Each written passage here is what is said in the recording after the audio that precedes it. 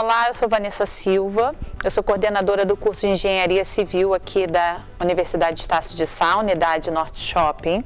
Minha formação ela é toda voltada para estruturas de aço e concreto. Eu sou engenheira civil, sou doutora em estruturas de aço e concreto e a gente vai falar um pouquinho sobre containers. Falando sobre o container, falando de um modo geral, o que a gente pode dizer? O container é uma caixa metálica, mas não é uma caixa qualquer, é uma caixa estruturada. Por que ela é estruturada? Porque é uma caixa que é utilizada para fazer transporte tanto rodoviário, em alguns casos ferroviário e transporte marítimo, que é o que é mais comumente utilizado. Então, falando um pouquinho mais sobre o container, especulando sobre ser uma caixa, por utilizar ele para transporte, nós podemos colocar qualquer tipo de carga dentro do container, se nós entendermos que os containers têm suas particularidades. Eu não tenho apenas um tipo de caixa. Conforme o tempo foi passando, foi se identificando a necessidade de você transportar, de repente, grãos, transportar equipamentos mais pesados, mais robustos. Se eu tiver, no caso, um transporte de algo que precisa ser refrigerado, eu preciso ter um container que tem essa característica de refrigerar o meu produto. Então, dependendo do tipo de transporte de produto, eu vou ter uma característica de container diferente. Mas não vou mudar a sua composição, ou seja, as propriedades geométricas do container, que são as medidas gerais do container, elas são padronizadas, justamente por causa desse transporte, para facilitar o transporte. Se eu tivesse uma caixa que tivesse uma determinada dimensão, outra caixa com uma dimensão diferente, eu não conseguiria fazer a compatibilização desse transporte. Quando a gente pensa que vai transportar o container sobre o assoalho de um equipamento rodoviário, ou nós vamos transportar o container em uma embarcação, eu preciso ter obrigatoriamente essa padronização. Então, nós vamos ter poucas variações da altura do container, ou um container que é de 20 pés, ou de 40 pés, mas, no geral, eu vou ter medidas gerais do container que façam com que esse transporte seja facilitado. Então, a termos de estrutura, eu tenho medidas gerais, propriedades geométricas que são comuns para o container e isso é normatizado. Então, vou ver um container de 20 pés, um container de 40 pés, posso ter alguns containers menores, um com um pouquinho a mais de altura, que é um container particular. Não vamos entrar assim em tantos detalhes nele, mas sempre padronizando a questão da estrutura e das dimensões gerais do container. Então, a partir do momento que eu penso que eu tenho uma caixa metálica, estruturada, que tem dimensões particulares, que vai servir de transporte, o que eu preciso compreender dentro desse universo? Eu não levo o material solto dentro do container se não for um container destinado a esse fim. Se for um container que eu vou transportar grãos, é um container particular para esse tipo de transporte. Então, na maioria dos casos, o que eu vou ter? Caixas menores dentro da minha caixa grande, que é o container. Eu não posso levar, por exemplo, dentro do meu container, vamos supor assim, falando por alto, vou transportar bonecas dentro de caixas. Eu preciso ter ela dentro das caixas, organizar em caixas um pouquinho maiores e essas caixas irem dentro do container. Isso eu estou falando de um modo muito geral. Mas se eu estiver transportando agora um equipamento, dentro do container eu tenho pontos estruturais onde nós fazemos o que nós chamamos de apiação da carga. Amarramos a carga dentro do container para quê? Para que todo o transporte que eu faça dentro do container mantenha a minha carga fixa. Por que eu quero esse efeito da carga fixa? De uma maneira bem didática de falar. Porque se eu tiver uma carga dentro do container que esteja se movimentando, quando eu estiver fazendo o meu transporte, eu vou ter uma aceleração dinâmica dessa carga. Ou seja, toda vez que eu estiver me movimentando e frear, essa carga tende a estar em movimento, então ela iria se chocar com as paredes do container, dependendo da direção que tivesse o meu movimento. Então, se eu estou transportando um objeto dentro do container, eu vou fixá-lo dentro do container. Quer dizer, é uma caixa que tem uma organização própria. Por isso ela é estruturada. Tanto a estrutura primária, que nós dizemos que são os corner posts, ou seja, os pilarezinhos do container, as vigas superiores e inferiores, as transversinas, a gente chama de estrutura primária. E existe uma estrutura secundária, que são as paredes do container. As laterais, nós temos aí o teto do container também, e essas partes que são da estrutura secundária, elas compõem a organização geral do container, ou seja, elas fazem parte da estrutura do container. Eu não posso simplesmente eliminar uma lateral sem ter que compor isso estruturalmente depois. Então, se eu tenho uma carga dentro do container, que ela se choca com a parede e amassa o container, eu estou danificando obrigatoriamente a estrutura do container. Embora seja uma caixa estruturada, uma caixa metálica, uma caixa reforçada, nós precisamos ter um cuidado com a nossa caixa. E qual a particularidade do container? O container ele é construído em aço patinável, porque ele precisa ter uma proteção para todo o agente externo que vai estar em contato com ele. Se eu tenho um container que vai viajar em cima de uma embarcação e vai estar sujeito às ações das intempéries marítimas, se fosse um aço que não tivesse uma proteção como um aço patinável, eu iria oxidar ele muito mais rápido. Então a minha caixa, né, iria ter uma vida útil menor. Então eu já construo o meu container no que a gente chama de aço Cortem, que é um aço patinável, né, da família dos aços patináveis, para que a minha caixa dure mais tempo. Então nós temos uma composição estrutural, temos um tipo de aço específico para a nossa caixa. Isso confere que o container como estrutura tem uma vida útil que se especula de 80 a 100 anos para se degradar naturalmente na natureza. E mesmo assim, depois de 100 anos, dificilmente a gente veria um container totalmente degradado. É óbvio, se ele não tiver nenhum tipo de tratamento, ele vai oxidar, porque vai chover em cima do container, eu vou ter umas outras ações em cima dele. Mas seria de 80 a 100 anos.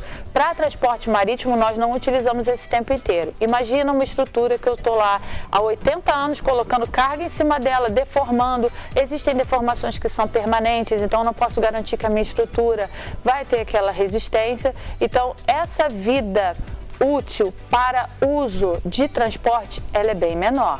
E aí, depois que esse uso de transporte, depois que o meu container atinge a cidade, ou se ele tiver um dano estrutural que tenha causado uma deformação permanente considerável, ele é automaticamente retirado do transporte. E aí nós chamamos de um container inservível, ou seja, para transporte ele não pode mais ser utilizado. E o que eu faço com uma caixa que é de aço patinável, que é resistente, que tem estrutura e que não pode mais ser utilizada para transporte? Vou deixá-la simplesmente na natureza se degradando? Não, eu posso reutilizá-la. E aí nós vamos ter que conviver com o mito da reutilização. Por quê? O que andou dentro desse container? Qual foi a carga que foi transportada dentro desse container? Eu transportei vidro, eu transportei madeira, eu transportei algum objeto que tinha um fungo, eu transportei comida, o que eu transportei dentro desse container? Então, para que isso precise ficar bem esclarecido, tanto a estrutura do container é importante como o que vai dentro da minha caixa do meu container é importante. Todo container tem um número de rastreabilidade. Eu preciso saber se ele viaja aí entre continentes, entre países, entra de um país para outro, entra em portos diferentes. Eu preciso saber onde está o meu container e o que tem dentro dele. Se eu tenho uma carga que vem dos Estados Unidos para o Brasil, eu preciso saber que ela chegou no Brasil. Como eu sei que ela chegou? Porque ela vem dentro de uma caixa que tem um número. Então, o container tem um número de rastreabilidade, ele tem um chassi. E toda vez que é transportada alguma carga dentro desse container, ela consta no manifesto do container. Então eu tenho uma caixinha que tudo que é transportado dentro dela, para o lugar que ela vai, no lugar que ela entra, no lugar que ela sai, né? A carga que está dentro do container, a carga que é deixada do container, eu tenho um manifesto disso. Eu sei o que foi transportado dentro desse container. Então, quando um container vai de um país para outro e leva uma carga que pode ser suspeita de ter um tipo de contaminação, é feita a fumigação do container. Ou seja, esse container ele é descontaminado. Se existe essa preocupação, ele é descontaminado. Então, vai se investigar o que você trouxe dentro do container. Eu trouxe madeira de um outro país e pode ter um fungo de uma espécie que, se entrar em contato com uma espécie nativa, nós vamos ter problemas. É feita a fumigação do container. Então, esse histórico ele é observado dentro da vida útil do container marítimo, quando ele está fazendo o transporte, e depois que ele se torna inservível, nós temos acesso a esse documento. E aí vale da escolha. Eu quero adquirir uma caixa que não está sendo mais utilizada para transporte e quero utilizá-la de uma outra maneira, até por uma questão sustentável, né? Ou pela questão da estrutura, ficaria pelo custo muito mais acessível já ter uma caixa estruturada que eu sei qual é a composição estrutural dela, que eu sei qual é a resistência daquela caixa e ela me serve como otimização em algum projeto. Eu tenho como rastrear o que foi transportado dentro da caixa. Então, tendo o manifesto do container, ou seja, tendo todo esse histórico, porque ele tem um número de rastreabilidade, eu consigo saber o que foi transportado. Então, este mito de que é transportado material biológico, é transportado material radioativo, nós precisamos encarar isso da seguinte maneira: eu não transporto material radioativo solto. Então, se ele vai dentro do container, ele vai dentro de recipientes específicos para transporte de material radioativo. E isso fica no histórico daquele container. Se eu quiser adquirir um container amanhã para utilizar ele em uma estrutura e eu já sei que ele transportou um material radioativo, eu posso optar por não adquirir aquele container, adquirir um container diferente. Porque todo container, por exemplo, quando entra no Brasil, que ele é inservível e vai ficar aqui para um outro tipo de aplicação, se for um módulo habitacional, por exemplo, ele precisa passar por um processo de nacionalização, porque ele é um equipamento que anda em todo tipo de transporte que a gente possa pensar que é destinado a um container. Então, imagina que ele está numa embarcação, ele vai de país para país, de continente para continente. A partir do momento que ele é inservível e entra dentro do país, ele precisa ser nacionalizado, ou seja, aquele número de rastreabilidade daquele container, ele fica vinculado ao país no qual ele vai ser deixado. Então, uma vez nacionalizado, eu consigo rastrear, saber o que foi transportado dentro do container, eu sei que ele está aqui no país no processo já nacionalizado, ou seja, ele já foi verificado, já passou por esse processo, se precisar ser feita a descontaminação do container. Então, são particularidades que levantam muitos questionamentos, mas esses questionamentos são respondidos e com propriedade, porque não há uma preocupação de você ter um container de repente com material radioativo. Eu não sei a origem, sabemos a origem. O que pode acontecer é a aquisição de um produto que não está nacionalizado. Se ele não está nacionalizado, se ele não tem um manifesto, você não tem um documento que você saiba o que foi transportado, aí sim existe o risco de você assumir algo que possa realmente ter transportado um material que você não saiba a origem. E falando da radioatividade, que eu acho que é o que fica em voga, que é a maior preocupação. A preocupação da radioatividade é, se um container esteve em contato com material radioativo, tudo aquilo que esteve perto dele enquanto ele esteve estacionado no lugar que ele ficou, depois que ele saiu da embarcação, ou de repente do transporte rodoviário, tudo que entrar em contato com o container vai estar radioativo também. Então, a gente imaginar que aquela caixa única é radioativa, isso não acontece dessa maneira. Então, eu digo mito porque é uma preocupação que as pessoas têm e acabam transformando isso num monstro muito maior, né? De ter um contato com alguma coisa que é radioativa. Imagina, até o container, se ele realmente estiver contaminado e chegar àquele ponto, ele já contaminou muitas outras coisas também. Então, são particularidades que elas precisam ser analisadas e muitas vezes elas inviabilizam projetos porque as pessoas ficam preocupadas com aquilo que elas não conhecem, mas é importante a gente esclarecer que tudo num container é rastreável, é possível rastrear. Desde do modo como ele transportou algum objeto, você vai ver isso pelo corpo do container, né? Se o container está muito amassado, você sabe que certamente na hora do transporte alguma coisa aconteceu fora daquele script da gente apear a carga, ou teve uma movimentação numa embarcação por causa do swell, de repente, em alto mar a gente tem uma altura de onda muito grande, tem movimentação, os contêineres de repente não estavam bem fixados, alguma coisa assim, um movimento dinâmico que pode ter acontecido, e aí o container está muito amassado, a gente sabe que houve algo extraordinário, ou seja, atípico que aconteceu com aquele container ali. São coisas que a gente consegue rastrear, são coisas que a gente consegue perceber e não precisa ser um hiper especialista. Ele é hiper especialista, trabalha só com container, não é isso. Mas eu acredito que hoje nós temos acesso a muitas informações de um modo muito rápido, muito prático, numa linguagem que é totalmente acessível e confiável. Um discurso desse de dizer que o container é rastreável não é um discurso vazio, não é um discurso sem ter um tipo de respaldo, porque é o que acontece mesmo, que eu acho que deveria sim se tornar a informação principal. Como é feito isso? Porque hoje a preocupação maior é como é feita a descontaminação, então já se parte do princípio que está contaminado.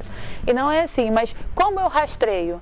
Se eu rastreio, eu tenho a opção de descobrir o que eu quero adquirir para mim. São muitas unidades inservíveis hoje e nós temos como descobrir aquela que talvez melhor se adeque ao nosso projeto, ou melhor se adeque ao custo que nós estamos propondo para dentro do projeto, por exemplo, né? O nosso orçamento, o que cabe no nosso orçamento, por assim dizer. Mas eu acho que a preocupação maior deveria ser isso, entender o que esteve dentro do container e não transformar num elefante branco, partir do princípio que todos os containers são contaminados, então nós não podemos usar, porque essa não é a realidade. É sempre bom falar sobre container, eu sou apaixonada por container, eu acho que todo mundo tem assim, um carinho por algo específico e o meu, até pela minha formação, é o container. Eu realmente acredito na ideia de reaproveitar a estrutura e eu fico muito feliz de poder partilhar um pouquinho, né, o que eu sei, ou pelo menos o que eu tenho de informação e o que eu acredito que é real, que pode ser feito. Fico honrada com isso e espero também em outras oportunidades falar um pouquinho mais, não uma linguagem tão técnica, mas falar algo que possa esclarecer e possa fazer com que as pessoas se apaixonem também, como eu sou apaixonada pelo container, se apaixonem pela ideia de não morar numa casa de lata, como é falado, ou não ter um ambiente de lata, mas sim saber que nós estamos contribuindo para que a gente possa melhorar o meio ambiente, reaproveitando aquilo que ficaria 100 anos, né, se degradando na natureza, mas pode ser reaproveitado de uma maneira muito bonita, customizada e fazer grandes projetos com uma caixinha de metal.